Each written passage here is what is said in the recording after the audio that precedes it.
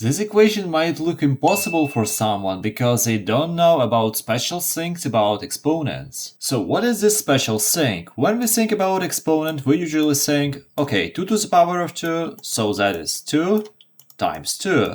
We take this 2 and we multiply it by itself 2 times. But what if we have negative numbers? How can we take a number and multiply it by itself negative amount of times? If we have a negative exponent, instead of multiplying, we divide. But what do we divide? We divide 1. So if we have 2 to the power of minus 1, we do 1 divided by 2 to the power of 1. So this minus kind of becomes this 1, and we divide this 1 by 2 to the power of 1. So here the same thing.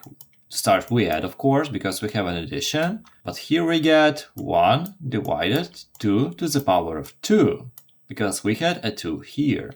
So the third one, pretty simple, the same thing, 1 divided by 2 to the power of 3. Next step is, of course, to calculate every exponent. So we get 1 divided by 2, anything to the power of 1 is 2, then plus 1 divided by 4, and then plus 1 divided by 8. Wait, if you like the explanation so far, please consider subscribing. Thank you!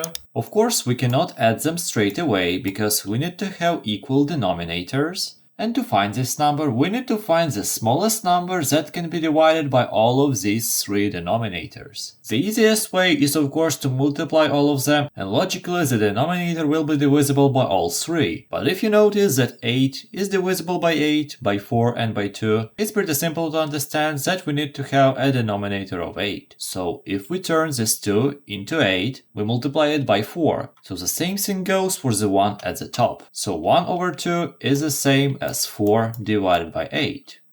Then we had 4, we get 8, so it is multiplied by 2. The same thing goes for the numerator. So here we get plus 2 over 8, and here we don't even need to do anything, we just add 1 over 8. And if we add everything together, now we of course only add the numerator, we don't ever add the denominators. We get 4 plus 2 plus 1, so we get 7 in the numerator, 8 in the denominator. And this is the final solution. If you want to test your skills with exponents or fractions, you can watch this video and solve the equation there. It is a little bit trickier though. Have a nice day!